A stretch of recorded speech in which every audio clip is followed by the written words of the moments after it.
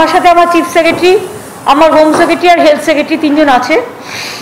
আমরা ডিটেলস মানে রাজভবনের শপথ নিয়ে আসার পরে আমাদের যেটা কাজ ছিল, প্রথম কাজ ছিল আমাদের কোভিড নিয়ে প্রায়োরিটি, আমাদের কোভিড আমি আগেই বলেছি, কোভিড নিয়ে ডিটেলস আলোচনা করার। আমার সাথে কোভিড নিয়ে আমরা যে ভার্চুয়াল মিটিংটা করেছি তাতে সমস্ত জেলা শাসক থেকে শুরু করে CMOH থেকে শুরু করে মেডিকেল সুপার থেকে শুরু করে আমার chief secretary, home secretary, health secretary, DG police থেকে শুরু করে আমাদের প্রত্যেকে সিপি থেকে শুরু করে আমরা প্রত্যেকে মিটিংটাই ছিলাম এবং জেলা স্তরে সবাই। তাতে কতগুলো ডিসিশন আমরা নিয়েছি। যে ডিসিশনগুলো হচ্ছে কোভিড নিয়ে প্রতিদিনই, আমি এর আগেও যখন ইলেকশন ছিলাম তখনও ওই মিটিং করতাম, কিন্তু তা সত্ত্বেও আজকে একটা ডিটেলস আলোচনা হলো এবং আলোচনার পরে আমি প্রাইম মিনিস্টারকে একটা চিঠিও লিখেছি, সেই চিঠিটা আপনাদের কাছে দিয়ে দেবে। এবং আমরা বেড অনেক বাড়িয়েছি ICCU। আমাদের মোট এখন 27,000 বেড আছে, আরও নেক্সট উইকে 3,000 বেড বেড়ে যাবে, আর 2-3 দিনের মধ্যে 30,000 বেড হয়ে যাবে। তার মধ্যে 3,500 আমাদের ICCU বেড। আমরা রেগুলার 2 লক্ষ ভ্যাকসিনেশন দিচ্ছি। আমরা সেকেন্ড ডোজকে প্রায়োরিটি দিচ্ছি। যারা ফার্স্ট ডোজ নিয়েছেন ইউনিভার্সালাইজেশনের এটাতে, যেহেতু আমরা চেয়েছি কোভিড ডোজ কিন্তু আমরা পাইনি, আমরা চেয়েছি 3 কোটি, পাচ্ছি 1.5 লাখ এরকম একটা, সুতরাং সংখ্যাটা নগণ্য। সেজন্য আমি প্রধানমন্ত্রীকে চিঠি লিখেছি যে there must be some transparency of policy, যেখানে অক্সিজেন আমাদের অক্সিজেন নিয়ে চলে যাচ্ছে ইউপি, আমাদের অক্সিজেন নিয়ে চলে যাচ্ছে অন্যান্যরা, আমাদের অক্সিজেনটা তো আমাদের থাকা উচিত। যাই হোক, আমরা আপাতত ম্যানেজ করছি ইন্ডাস্ট্রিয়াল অক্সিজেন থেকে। আমি ইন্ডাস্ট্রিগুলোর কাছে গেটফুল যে ইন্ডাস্ট্রিয়াল অক্সিজেন থেকে শুরু করে সেই অক্সিজেনটা আমরা ইন্ডাস্ট্রিতে ইউজ না করে আমরা এটা কোভিড পেশেন্টদের জন্য ইউজ করছি।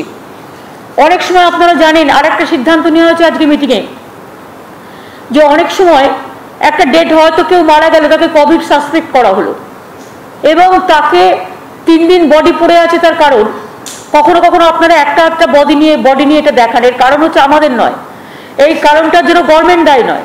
এই কারণটা হচ্ছে RT-PCR যখন করে তার 72 ঘন্টা টাইম লাগে রেজাল্টটা আসতে, ততক্ষণ তারা বডিটাকে ফেলে রেখে দেয়। সেটা আমরা একটা সিদ্ধান্ত নিয়েছি যে আমরা অ্যান্টিজেনটা আমরা টেস্ট করে নেব, যেটা হচ্ছে 3 ঘন্টার মধ্যে হয়ে যায়, এবং কোভিড প্রোটোকল মেনে সেই ডেড বডিগুলো আমরা যদি ক্রিমেশন করতে পারি সসম্মানে পরিবারকে রেখে, সেটা আমরা করব।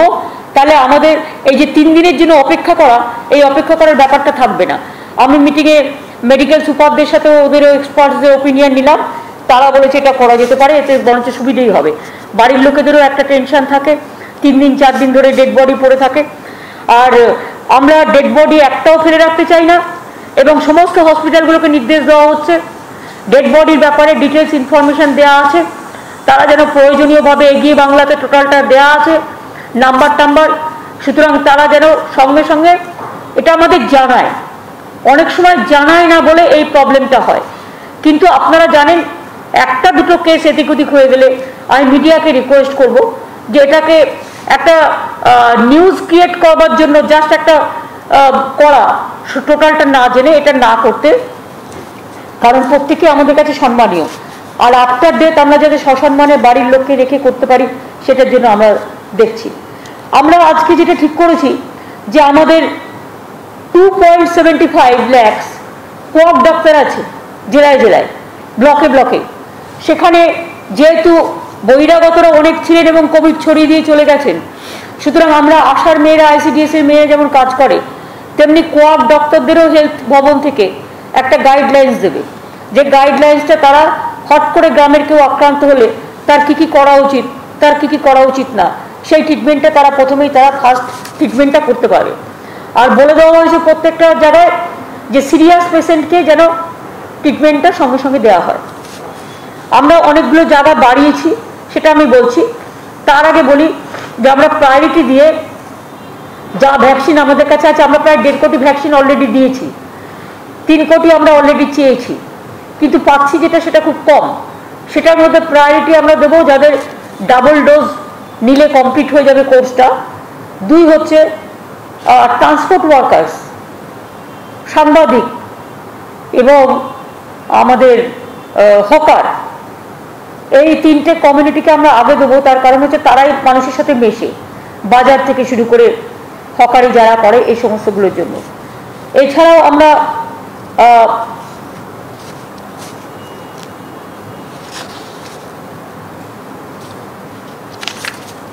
এটা তো আছেই, তাছাড়াও আমরা কতগুলো সিদ্ধান্ত আমরা গভর্নমেন্ট থেকে নিয়েছি। মানে আমি চিফ সেক্রেটারি, আমার হোম সেক্রেটারি সবাই মিলে মিটিং করে, হেলথ সেক্রেটারি, অ্যাডিশনাল রেস্ট্রিকশন। কেউ ভুল বুঝবেন না, প্রথমে আমি ক্ষমা চেয়ে নেব, কারণ আমরা চাই কোভিডটাকে কন্ট্রোল করতে। আগের বারে ঝড় আমরা থামিয়ে দিয়েছিলাম, এবারে স্ট্রিংটা একটু ইনফেকশন বেশি করছে, সেই জন্য আমাদের ইমিডিয়েট কতগুলো এফেক্টিভ মানে অ্যাকশন নিতে হচ্ছে। পাবলিকের যাতে কোনো রকম প্রবলেম না হয় সেদিকে নজর রেখেই আমরা নিচ্ছি। তবে মাস্কটা আবার সবাইকে বলবো ভালো করে পরার জন্য। বাজারে বাজারে যেমন গোল্লা কেটে দিয়েছিলাম আমি, ওই গোল্লা কেটে দিয়ে যাতে বাজারে যারা যাবেন হাত স্যানিটাইজ করে যাবেন বা সাবান দিয়ে হাত ধুয়ে যাবেন এবং বাজার করে নিয়ে চলে আসবেন। বাজার করেই বাড়িতে জিনিস নিয়ে ঘরে ঢুকবেন না, বাজার করে আসার পরে সেগুলোকে ভালো করে গরম জলে ধুয়ে বা যে প্রসিডিউর আছে মেনটেন করে করুন, তাতে অনেকটা কমে যায়। আমরা সবাইকে বলবো মাস্কটা কম্পালসারি ব্যবহার করতে। মাস্ক যে ব্যবহার করবে না সেখানে কিন্তু আমাদের একটু কঠোর হতে হবে।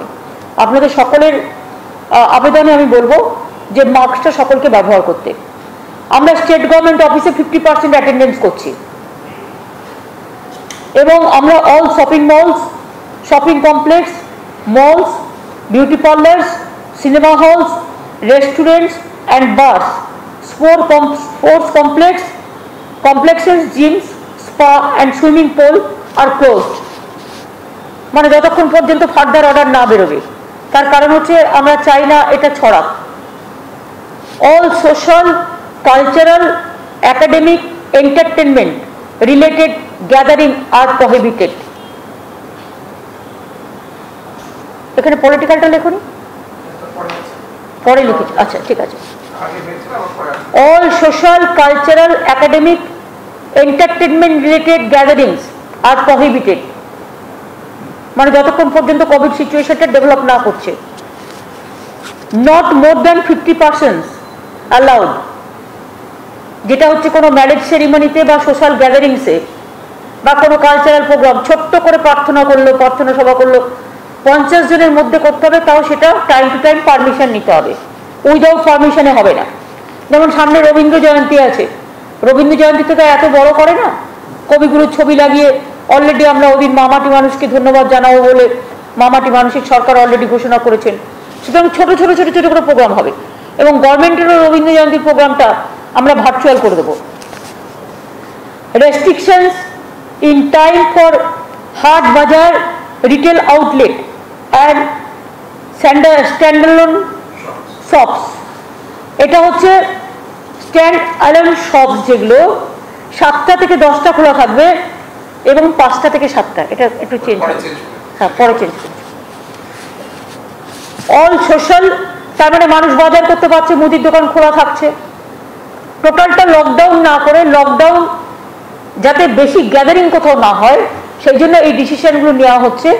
এগুলো বাজারও চলবে, অর্থনীতিও চলবে, গরিব মানুষের অসুবিধাও হবে না, অথচ কোভিড থেকে আটকানো যাবে। সেই জন্য টোটাল লকডাউন না করে যেখানে যেখানে ক্লোজ করলে ভালো হবে সেই সব জায়গাগুলো আমরা বেছে নিয়েছি। All social and political gathering shall be prohibited except the cultural and prayer, যেটা বলেছি আমরা 50 জনের মধ্যে, সেটা পলিটিক্যাল নয়, কালচারাল।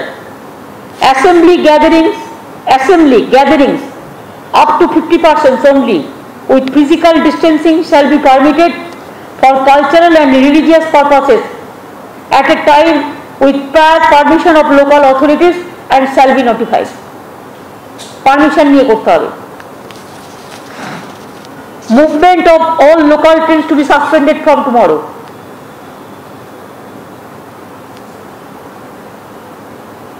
তার কারণ এখানে গাদাগাদি করে আসার ফলে এক তো 4-5 লাখ লোক বাইরে থেকে এসে আমাদের 12টা বাজিয়ে দিয়ে চলে গেছে। এখন তো আমাদের এটা রক্ষা করতে হবে। এখন তো রক্ষা করার জন্য আমাদের এই ব্যবস্থাটা কিছুদিনের জন্য করতে হচ্ছে। এবং ট্রান্সপোর্ট, স্টেট ট্রান্সপোর্টও যেটা আছে সেটা 50%, ইনক্লুডিং মেট্রো, এটা আমরা 50% করে দেবো। No flight will be allowed to enter Bengal, Kolkata, Bagdogra, Ondal from 7th May midnight from anywhere outside the state without RT-PCR negative test report of last 72 hours before boarding and proper health and thermal screening of passengers. বাইরে যেই প্লেনে আসুক তাদের RT-PCR must এবং তাদের RT-PCR করে 72 ঘন্টার আগে থেকে সার্টিফিকেট নিয়ে আসতে হবে। অনেক সময় আমরা দেখছি কিছু ফেক সার্টিফিকেটও চলে আসছে, সুতরাং সেটাকে সার্ভাইলেন্সে রাখবার জন্য কখনো কখনো র্যান্ডাম সার্ভে হবে, যে সেটা যাতে ফেক যাতে না হয়। আর ইন কেস এনি প্যাসেঞ্জার্স যারা আর কি কোভিড এফেক্টেড হবে তাদের কিন্তু আমরা কোয়ারেন্টাইন করব, এবং quarantine facility to be arranged by airport authorities. Clear হয়েছে? বাইরে থেকে যে কেউ আসলো, ঢুকে গেল, সার্টিফিকেট নিয়ে আসতে হবে, সার্টিফিকেটও আমরা রিচেক করব এবং 14 দিনের কোয়ারেন্টাইনে পাঠানো হবে, এবং এয়ারপোর্ট অথরিটিস কোয়ারেন্টাইন এটা অর্গানাইজ করবে with the state government. Incoming passengers যেটা হচ্ছে মানে long distance trains, even interstate যেটা বাসেস, ম্যান্ডেটারি তাদের RT-PCR টেস্ট সার্টিফিকেট নিয়ে তবেই ঢুকতে হবে। র্যান্ডাম চেকিং কোভিডে চলবে। Work from home for private sector, এটা 50% এভরি সেক্টরে, এভরি শিফটে। প্রাইভেটকেও বলে দেওয়া হচ্ছে, গভর্নমেন্ট যেমন 50% করছে, ওদেরও এভরি শিফটে 50% করে কাজ বলা হচ্ছে ওয়ার্ক অ্যাট হোম থেকে করবে। বাজার হাট তো আগেই বলে দিয়েছি, 7টা থেকে 10টা এবং 5টা থেকে 7টা। আর শুধুমাত্র জুয়েলারি শপস, যেটা বউবাজারে একটা জায়গা আছে, ওরা আমাদের কাছে একটা অ্যাপিল করেছিল, ওদের সকালে কেউ আসে না, তাই এক্সেপশনাল ওদের জন্য 3টে থেকে 5, ওদের জন্য আমরা 3টে থেকে 12টা থেকে 3টে করছি। অনলি জুয়েলারি শপস 12টা থেকে 3টে। Home delivery of essential commodities should be encouraged. সুফল বাংলা বাড়ানো হবে। এছাড়াও আমরা মনে করি এসেন্সিয়াল ফুড আইটেমস লোকে যাতে পায় সেটা দেখা হবে। আর দেখতে হবে যে অনলাইন যেগুলো আগে চলতো, অনলাইন অর্ডার এগুলো থাকবে, এতে লোকে জিনিসও পাবে, বাড়িতে এসে পৌঁছেও দেবে, ঠিকই আছে। ব্যাংক বিজনেস আওয়ার্স এটা রেস্ট্রিক্ট করা হচ্ছে, 10টা থেকে 2টো খোলা থাকবে ব্যাংক, কিছু লোক কমানোর জন্য। ওদের কাছ থেকেও আমাদের কাছে রিকোয়েস্ট আসছিল, সুতরাং 10টা থেকে 2টো। Operations in industries, factories, mills, manufacturing units and tea gardens will be restricted 50% of total strength of shift. মানে each shifted total যা আছে তার 50% allow করা হবে। Emergency and essential services like health, fire services, law and order, electricity, telecom will remain out of the purview of the restrictions.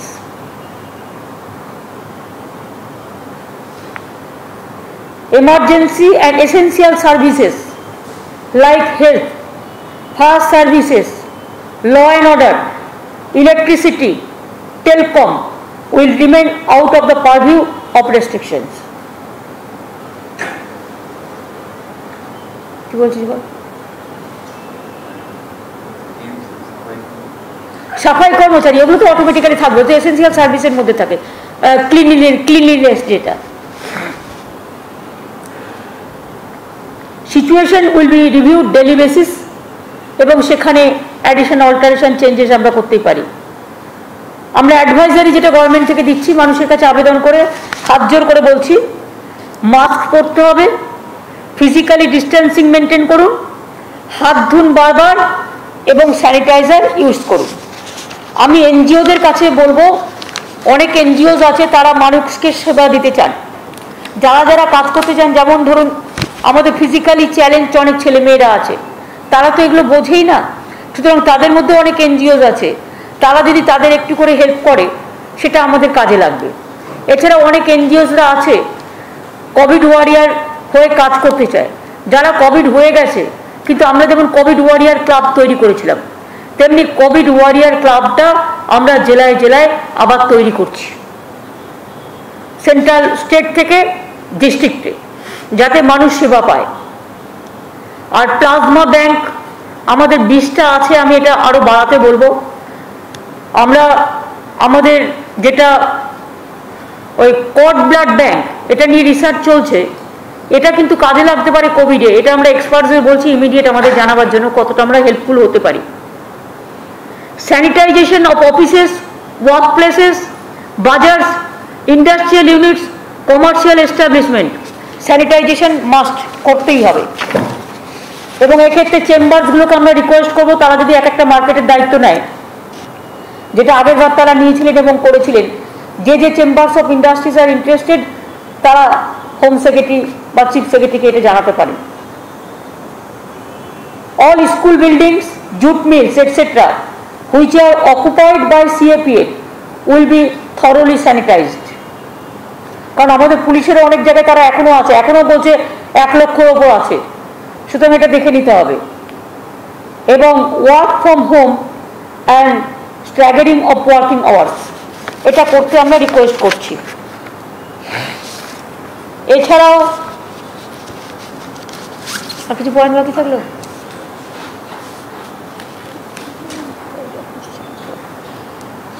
এই দায়িত্বগুলো, এই কাজগুলো আমাদের সবাইকে মিলেই করতে হবে।